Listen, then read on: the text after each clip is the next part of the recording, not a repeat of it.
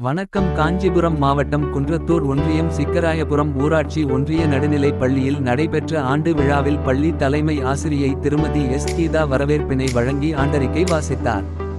இடைநிலை ஆசிரியை திருமதி வி. கலைசெல்வி கலை நிகழ்ச்சிகளை தொகுத்து வழங்கினார். இவ்விழாவில் வட்டார கல்வி அலுவலர் எம். முருகன் பள்ளியின் சிறப்பையும் அரசுபள்ளியில் உள்ள நலத்திட்டங்களையும் விளக்கினார்.